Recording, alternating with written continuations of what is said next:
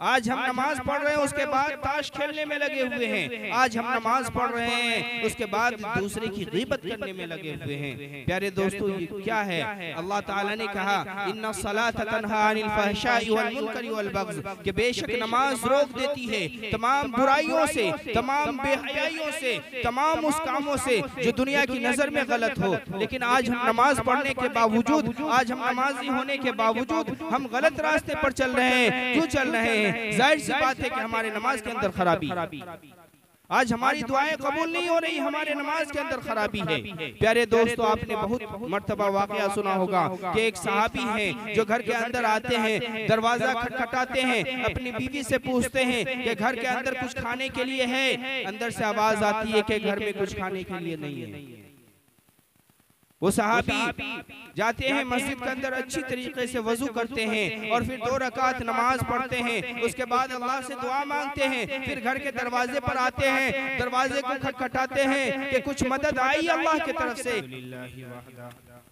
वस्सलातु वस्सलामु अला मन ला नबिय्य बअदा, क़ाल अल्लाहु तआला वअतसिमू बिहब्लिल्लाहि जमीअन वला तफर्रक़ू वज़्कुरू निअमतल्लाहि अलैकुम इज़ कुंतुम आदाअन फ़अल्लफ़ बैन क़ुलूबिकुम फ़अस्बहतुम बिनिअमतिही इख़वाना।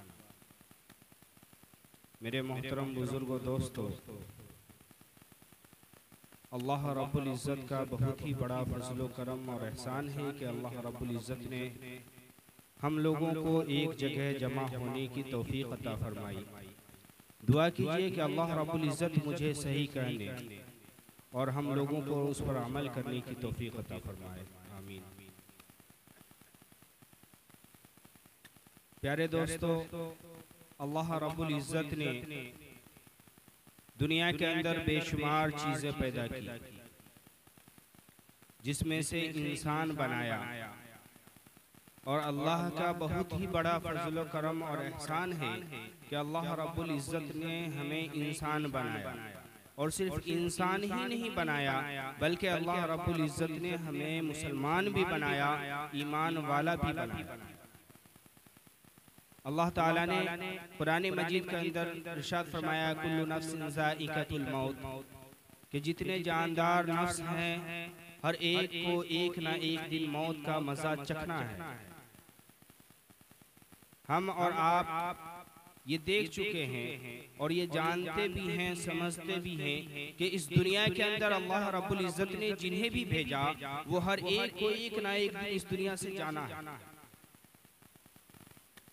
किसी की उम्र 60 साल, किसी की 70 साल, किसी की 80 साल, किसी की 100 साल, इससे ज्यादा नहीं है। आक़ाए दो जहां सल्लल्लाहु अलैहि वसल्लम की उम्मत की जो उम्र है वो यही है, इसी के अंदर सीमित है। इनसे पहले जो हुआ करती थी वो 1000 2,000 साल की उम्र हुआ करती थी। लेकिन अल्लाह रब्बुल इज़्ज़त ने उम्मत मुहम्मदिया को बहुत कम उम्र दिया। और जाहिर सी बात है कि बहुत कम उम्र है और इसी के अंदर हमें नेकी कमाना। ये दुनिया तो हम जिस तरीके से चाहें उस तरीके से कमा सकते हैं, लेकिन आखिरत में फिर नहीं कमा सकते हम। अल्लाह रब्बुल इज़्ज़त ने हमें यहाँ भेजा, इसी दुनिया के अंदर रह के इस दुनिया के लिए भी बनाना है और उस दुनिया के लिए भी बनाना है। अगर आदमी यहाँ पर भूखा रह जाता है एक टाइम, तो दूसरे टाइम कहीं ना कहीं से आ ही जाएगा खाने का सामान। अगर नहीं आता है तो किसी न किसी से मदद मांग सकते हैं और मदद मिल जाएगी दुनिया के अंदर। किसी से कर्ज ले सकते हैं, किसी से उधार ले सकते हैं, वक्त को मुतय्यन कर सकते हैं कि भाई इतना वक्त में मैं तुम्हें दे दूंगा। लेकिन मरने के बाद प्यारे दोस्तों, किसी से अगर हम चाहें कि एक नेकी हासिल कर लें तो वो नेकी हासिल होने वाली नहीं है। क्यों? कि अल्लाह रब्बुल इज़्ज़त ने इसी दुनिया के अंदर रहकर हमें बताया कि हमें किस तरीके से चलना है। कैसे बताया? तो अल्लाह रब्बुल इज़्ज़त ने इंसानों की हिदायत के लिए, इंसानों को सीधे रास्ते पर चलाने के लिए 1,24,000 अंबिया किराम को इस दुनिया के अंदर भेजे। क्यों? कि इंसान सही रास्ते पर आ जाए, इंसान एक अल्लाह को पहचानने लग जाए, इंसान ये यकीन कर ले कि एक अल्लाह है, उसके सिवा कुछ नहीं है। जो कुछ होता है वो सारा चीज अल्लाह ही से होता है। क्यों है कोई दुनिया के अंदर जिसने अल्लाह ने जिसको सही सलामत बनाया और फिर किसी हादसे की वजह से एक पैर चला जाए? है कोई दुनिया के अंदर कि दोबारा वही कुदरत वाली पैर पैदा कर दे? पैर ज्वाइंट हो सकता है, हाथ ज्वाइंट हो सकता है, आंख ऑपरेशन हो सकता है, लेकिन वो आंख नहीं रहेगा जिसने जो अल्लाह ताला ने बना कर दिया है। अल्लाह ताला ने बताया कि तुम्हें किस तरीके से सीधे रास्ते पर चलना है। तुम दुनिया के अंदर रहो तो किस तरीके से रहो। आज हम लोग मोमिन हैं, नमाज पढ़ने वाले हैं, ईमान वाले हैं, कलमा भी पढ़ते हैं, लेकिन आज हम लोगों का एक रोना है कि नमाज पढ़ते पर दुआ कबूल नहीं होती। नमाज पढ़ते हैं लेकिन घर में खैर बरकत नहीं होता। नमाज पढ़ते हैं उसके बावजूद बीमारियों के अंदर मुसल्लत है। तो प्यारे दोस्तों, एक चीज बता दें आपको कि नमाज क्या है, आज हमारी सही नहीं है। आज हमारी नमाज सही नहीं है। क्यों नहीं है? कि हम सही तरीका को जानना नहीं चाहते। छोटे से उम्र में मदरसा गए, टाइम पास करके चले आए, अब वक्त नहीं मिला, मदरसा नहीं पढ़ पाए। अब बड़े हो गए, शर्म आती है, पूछने में शर्म आती है। किसी से पूछेंगे तो लोग क्या बोलेगा?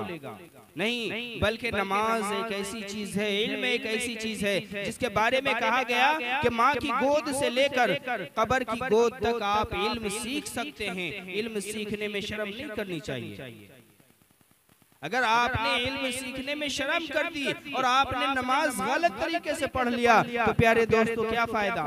फवैलुल लिल मुसल्लीन अल्लज़ीना हुम अन सलातिहिम साहून। कैसे नमाजियों के लिए बड़ी खराबी है जो नमाज को दिखलावा के लिए पढ़ते हैं। भाई जाहिर सी बात है कि हमें नमाज की अदायगी नहीं आती, तो क्या है कि लोगों की नजर में हमें नमाजी बनना है, तो नमाजी बनना है तो हमें नमाज पढ़ना पड़ेगा, लेकिन नमाज का रुकन अदा नहीं होता। आज हम नमाज पढ़ रहे हैं, उसके बावजूद गलत कामों के अंदर मुसल्लत है। कुछ घर में खाने को आया या नहीं आया, फिर आवाज आती है अभी तक तो कोई खाने का सामान नहीं आया।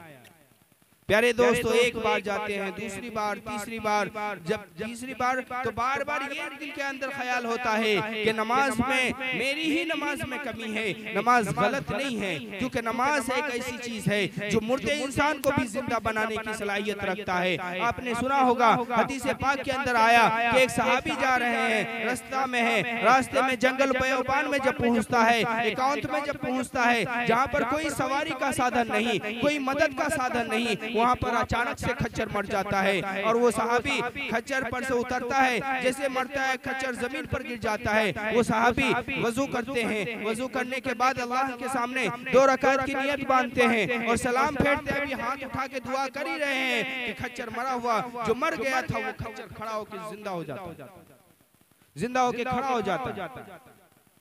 क्या है? ये नमाज की ताकत है। प्यारे दोस्तों, आज हम नमाज पढ़ते हैं लेकिन नमाज का सही तरीका हम नहीं जानते, जिसके वजह से आज हमें मालूम नहीं कि नमाज से हम क्या क्या करा सकते हैं।